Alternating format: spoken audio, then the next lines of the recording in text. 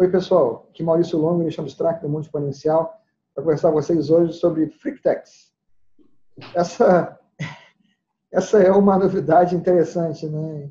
Uma ideia de empresas que são focadas em eliminar a fricção no consumo de produtos e serviços. E isso deveria ser o normal para todo mundo, né, Alexandre? O nome repete a marca de batata frita, mas realmente não é o caso. É o caso de tecnologias que, como você mesmo disse, servem para facilitar a jornada das pessoas. O que é estranho, pelo menos para mim, é que toda tecnologia supostamente é inventada para melhorar a vida das pessoas, só que, ao que parece, a gente, ao usar a tecnologia, foi complicando a vida e agora já se fala em tecnologias para facilitar a jornada das pessoas em algum tipo de atividade, seja consumo ou qualquer outra coisa, no fim das contas, né? E esse conceito surgiu e parece que é uma das maiores tendências lá no Vale do Silício no momento. A gente ficou sabendo desse conceito ontem por uma reportagem que saiu na internet. A gente pode colocar aqui embaixo do vídeo depois. E nós vamos discutir um pouco sobre isso, porque é bastante interessante. Eu queria que você ficasse atento e ficasse assistindo até o fim, porque no fim a gente vai ter uma sessão de aprendizados e reflexões sobre isso, que é bastante interessante. Então, fica até o fim. Se você ainda não assinou o canal, clique aqui embaixo para assinar e marque o sininho para ser notificado quando saem novos vídeos. Se você está escutando o podcast e ainda não fez a sua assinatura, procure na sua plataforma de preferência para que você seja avisado quando forem lançados novos episódios. Se você gostar do que você vir e ouvir aqui, deixe o seu like, porque o feedback é interessante para nós.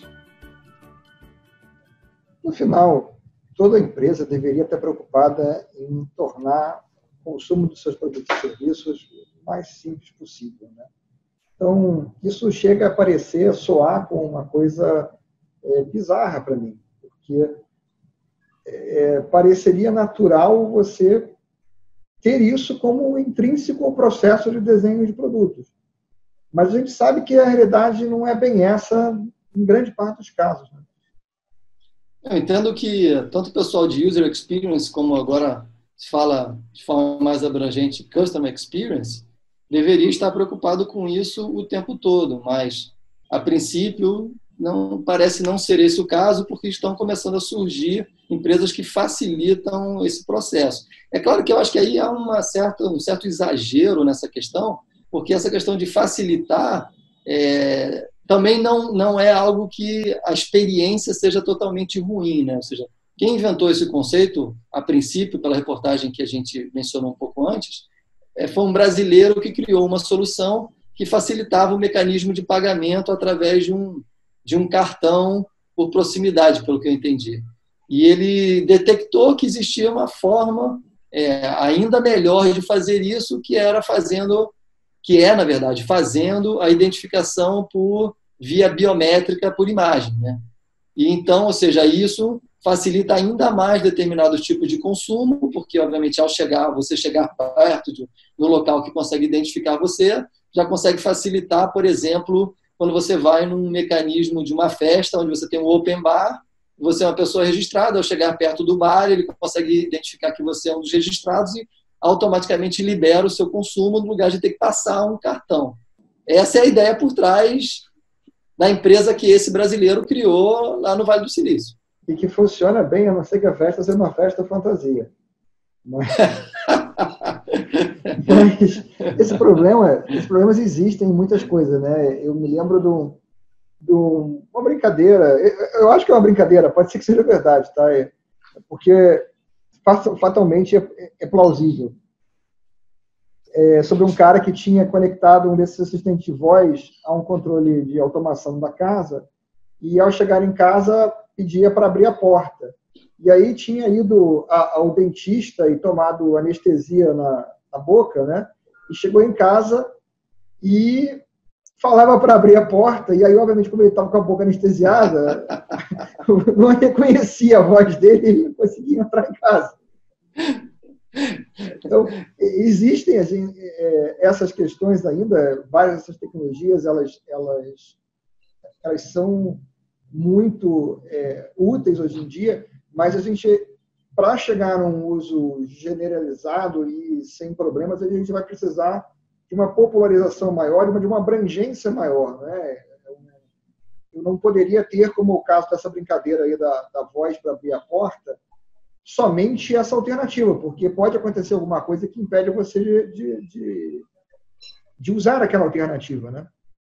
Isso me recorda um comercial que tinha até bem pouco tempo na televisão, que alguém tentava fazer um pedido de passagem de avião por um mecanismo automático desse pelo telefone.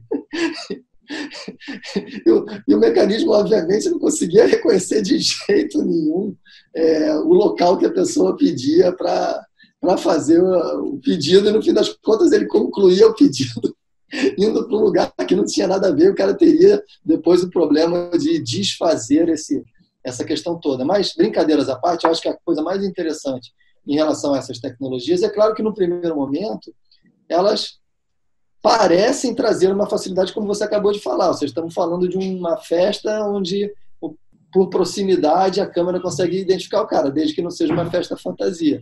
Eu não vou nem tão longe, né? Ou seja, acho que alguns tipos de maquiagem já vão fazer com que a detecção seja bastante dificultada. Corte de cabelo, coisa do tipo. Mas, enfim, não conheço a tecnologia profundamente para dizer que tipo de problema ela resolve. Ela deve resolver alguns desses que eu acabei de citar facilmente, e óbvio que fantasiada ela não consegue, porque não é mais o seu rosto, tem uma máscara na frente, ela não consegue saber o que está por trás da máscara por enquanto, ainda bem. Mas eu acho que a outra coisa que vem aí em relação, pelo menos para mim, quando eu leio esse tipo de reportagem, é a questão das coisas que estão literalmente virando tech, né? A gente já falou sobre isso aqui diversas vezes, em diversos programas, escrevemos artigos sobre o fato de que as empresas no futuro serão empresas de tecnologia. E tentar resolver o problema da jornada das pessoas, dos consumidores, é algo que já existe há bastante tempo, com diversos mecanismos diferentes que não necessariamente tecnológicos. E, ou seja, agora a gente está falando de tecnologias ou de processos e procedimentos que também estão virando tech para poder resolver problemas da nossa jornada, dado que a nossa jornada está cada vez mais digital. Então, ou seja, é natural que a gente veja mecanismos que resolviam problemas do mundo real, talvez tendo que se preocupar com resolver esses mesmos problemas agora de uma forma digital, dado que muito das nossas atividades, do que nós temos feito naturalmente, se digitalizou, né? Então, isso também me chama a atenção. Uma coisa que eu acho que é interessante, que vale a pena refletir, é que não é exatamente um conceito novo, né? O nome pode ser novo, mas o conceito não é novo. Você tem, até pegando o carona que você colocou, a respeito de como algumas coisas têm se tornado até mais complexas com essa digitalização. Por exemplo, o controle de 200 senhas diferentes. Você já tem há mais de uma década sistemas de single sign-on, cujo propósito é exatamente eliminar a fricção de você, como usuário, entrar nos diversos sistemas que você tem acesso e você precisar guardar uma senha para cada um, né? Que é uma complicação adicional, e já é uma complicação adicional do mundo digital, né? Eu concordo totalmente com você. São situações que vão surgindo e que, no fim das contas, a gente vai se deparando com algo que nasceu para ser fácil, vai sendo complicado, daqui a pouco você cria alguma coisa que descomplica, mas essa coisa que descomplica é por si só complicada para ser colocada em funcionamento e vai demorando, digamos assim, até que ela vire uma realidade no nosso dia a dia. Mas eu, sinceramente, acho que essa questão da preocupação com a jornada, independente de ter empresas que vão criar tecnologias para resolver isso, que, na verdade, como você mesmo disse, Maurício, já se cria tecnologia para resolver problema de jornada há muito tempo. Talvez esse segmento não tivesse nome, porque você tem single sign-on de diversas empresas que ofertam esse serviço, e elas são empresas de tecnologia e não se intitulam FreakTechs. Agora elas serão talvez categorizadas como FreakTechs, né? Acho que essa preocupação de categorização ela é muito mais um mecanismo comercial, né, de você poder enquadrar novas iniciativas dentro de uma determinada área da tecnologia que sempre existiu, mas que ela não estava, digamos, com holofote com o nomezinho bonito. Aí você botou ali o nomezinho bonito, aí agora todo mundo fala, olha, estou criando uma FreakTech. Você bota um nomezinho bonito para ver se você consegue aumentar o valor da sua startup em X%. Porque supostamente quem usa QR Code é um mecanismo de facilitação de jornada. Então, ou seja, todo mundo todos os softwares que, de certa forma, permitem que você crie um QR Code, aquele pedaço da empresa dele é uma FreakTech. Código de barras é uma FreakTech. Ou seja, todas essas tecnologias que tiraram complicações, né, que você e eu nos lembramos claramente, é claro que a gente não gosta de falar isso, de ter ido no supermercado antes de ter código de barra que passava rapidinho ali na leitora, né? Ou seja, alguém digitava, não sei se você lembra, claro que você lembra, lá naquela máquina registradora onde o cara digitava o preço e apertava um botãozão, né? E aí se falava lá atrás, olha, no futuro as pessoas vão usar este código aqui no leitor, o seu tempo no supermercado vai ser muito menor. Elas esqueceram de dizer que o número de pessoas no mundo ia aumentar, que, na verdade, o seu tempo no supermercado ia continuar desastroso, independente do código de barras. Mas tudo bem, esse é outro problema. Então, essa é uma coisa interessante, né? Que, no final das contas, o que a gente consegue tirar desse negócio é que a gente está falando de um nomezinho novo para um tipo de coisa que já é feito há muito tempo, mas que não tinham ainda colocado essa etiquetazinha lá. É uma coisa que deve ser uma preocupação de qualquer empresa que tem um produto, reduzir a fricção para a compra ou o uso do produto ou do serviço. E, de certa forma, a gente tem aí um buzzword nova do momento aí aparecendo.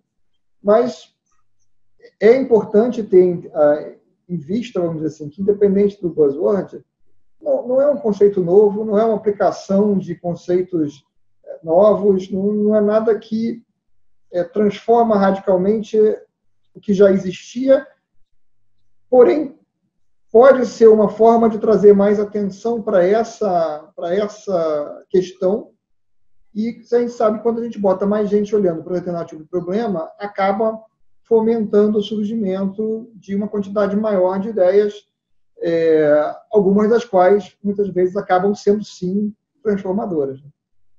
Então, assim, só para a gente resumir, eu acho que o aprendizado é isso que você falou, uma nova buzzword, né?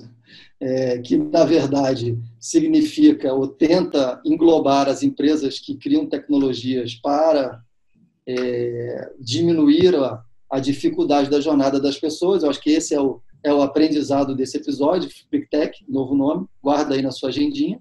Mas a reflexão, que eu acho que é outra parte muito importante, é o fato de a gente pensar, será que User Experience, Customer Experience, já não deveríamos estar se preocupando com isso? Já são nomes que existem há algum tempo e preocupações cada vez maiores das empresas, ou seja, estar se preocupando com a usabilidade e com a experiência do cliente já não é algo que já deveria estar sendo feito e cuidado. Então, a reflexão aí talvez esse buzzword seja simplesmente, esse FreakTech seja simplesmente mais um nome que não vai ter vida longa, porque, na verdade, já existem outras áreas que já têm outros buzzwords cuidando do mesmo assunto.